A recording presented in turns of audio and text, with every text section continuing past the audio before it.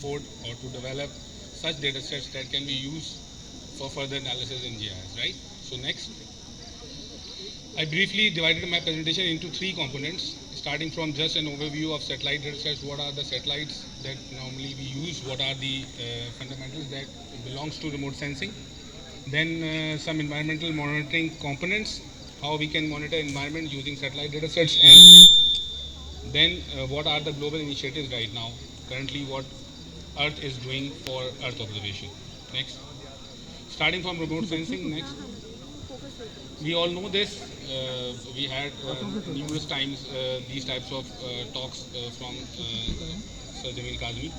And we had this, to be familiar with this, that remote sensing actually starts with energy source. You need a light source. Then what you need is to have some features that are going to be targeted. Like in the image you can see here, it's starting from sun, and then we have some imagery of the ground which we are targeting from a sensor, and the sensor is basically located in the satellite. So satellite is just like a platform, and it has sensors of different resolutions, and different specs are there, and some can take images very high resolution imagery, and some can have other resolutions with them. So I quickly go through with this. Next, starting from the basics, like we actually targeting this electromagnetic spectrum, and just for a very short, you can say that very briefly, if you want to pick, so you need visible light, near infrared light, and the thermal ones. Next, so what is the difference? Why we need that?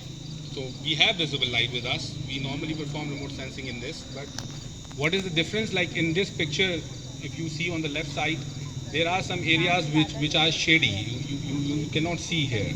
But if you see on the image of infrared, even you can see branches within the trees. So this is the difference. With the light wavelength differences, you have some things that is visualized which cannot be seen with the visible light. Next. So same is the case with the thermal sensing. There is another region which normally used for environmental monitoring, and that this is thermal. Or you can see here with thermal differences, on the right side the switch is on the left side switch is off. Why? Because the temperature differences are there, and temperature differences can be recorded on the satellite. Next. So the main thing that needs to be, you can say that needs to be recorded or needs to be understood is that there are three interactions whenever light reaches to a target. Some of the portions got transmitted through that feature, some of the portions got reflect back, and some of the portions got absorbed. So there are three things that happens to a feature.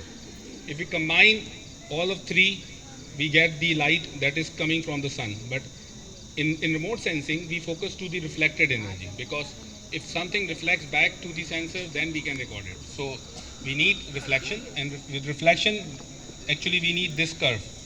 So the important point is that you need, if you want to identify any feature on the ground, you need this curve. And if we focus on one thing, like this is vegetation, this is dry soil, this is this is clear lake water, and so on and so forth. So mainly the point is that each and every feature on ground is basically have a spectral signature, a unique signature, and with that signature you can pick on a satellite image. Next.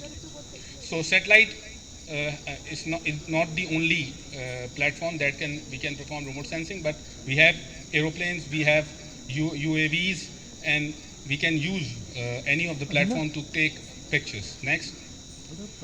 If we talk about satellites, satellites are of two types. They are geostationary and they are polar orbiting. So geostationary satellites are those that fixed on one place and give you regularly with a very fast coverage imagery. Like if you are working on cyclones, you need within minutes or within hour, you can say that you need an imagery. So you can get polar orbiting satellites can give you imagery of the whole whole Earth, sorry, and it can revolve and it can capture the image of the whole Earth. Next.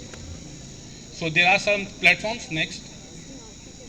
And now these are the geostationary platforms, and you see each and every portion of the Earth is covered with satellites. Next.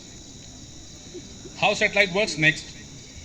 So how satellite works? It has some certain targets. So there is a path there, and if you see in the image, it's a globe is there, and satellite is scanning, and it can scan through the targets also. So it captures image wherever you want.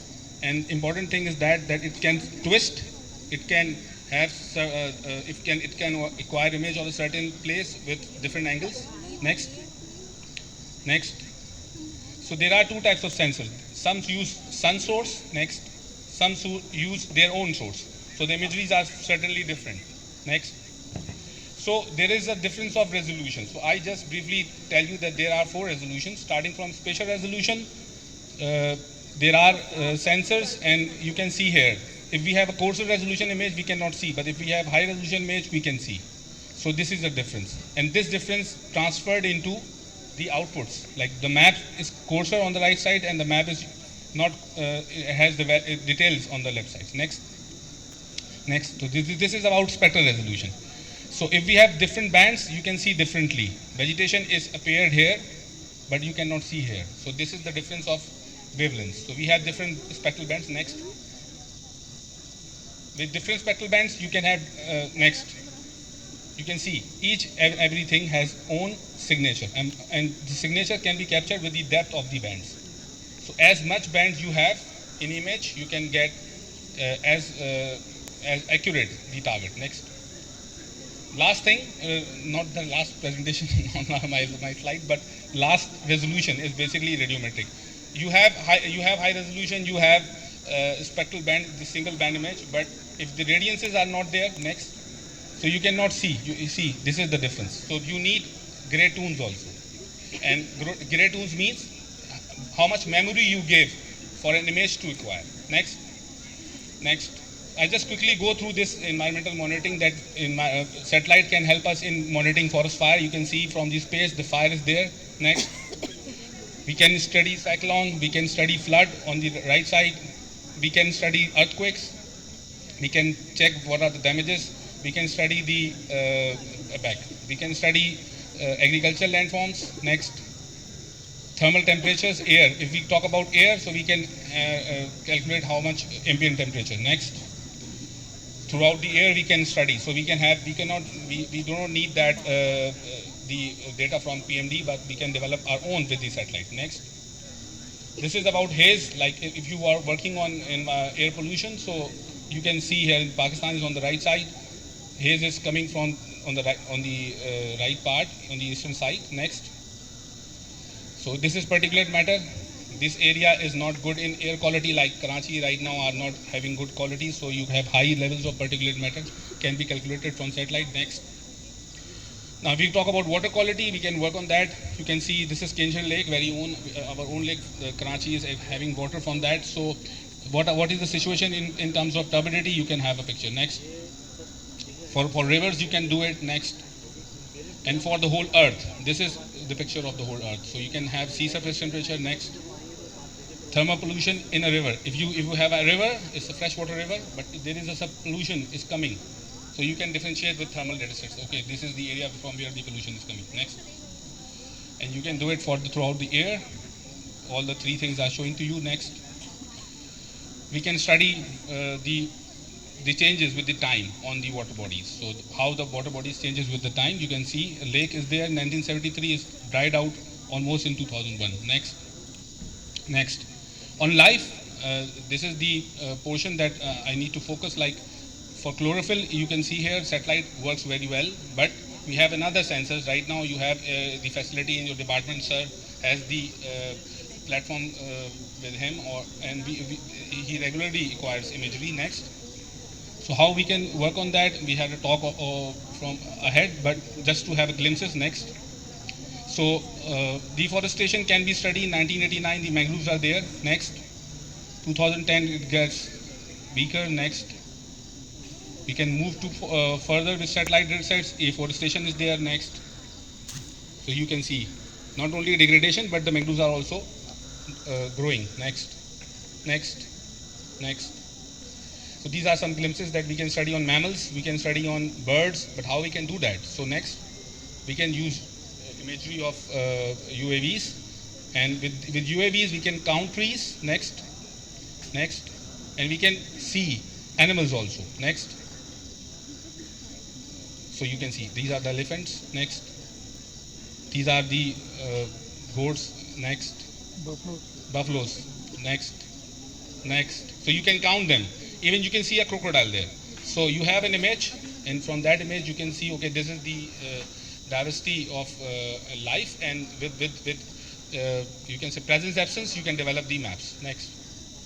So last component is basically related to what Earth is doing. In 2003, Earth understand that Earth observation is very important, and we had a summit, International Earth Observation Summit in Washington in 2003. So the message from this summit is that next, now we have a platform called Group on Earth Observation (GEO), and you can be all the geographers on Earth can use that GEO platform. Next, it's a very good website. It is the website here, and they normally you can say that now the Earth is got united. All the data providers and the users are going to be members of this. Next. So right now you can see here all what are the member countries. So Pakistan is there, India is there, and the whole earth is there. They are contributing to this platform. Next, these are the data providers. Next, so from public data providers to next, even the Earth Explorer is there. They are actually what they are doing. They actually need to give you free data sets, so they don't charge you. The imagery available on this geo, not only imagery, even vector data sets are also there. Next, I just give you an introduction. It's intergovernmental partnership that can work on different aspects, like they can work on disaster. You can see here they can work on biodiversity. Next, and UN Sustainable Development Goals are addressed with this platform. So next, okay, this is the last thing, that disaster resilience are there, energy, mineral resources, food security, public health. All the things are that can be seen from satellites are available on this platform. Next. So finally, this is the portal. Go there if you are students and you need data sets. Fortunately, you need free data sets, because normally we don't have money with them. So with the students, so you can use this platform. This is the website there. Next, advanced searching is there, and all the data sets you can download it. Next. Thank you, and thank you very much. I normally used to present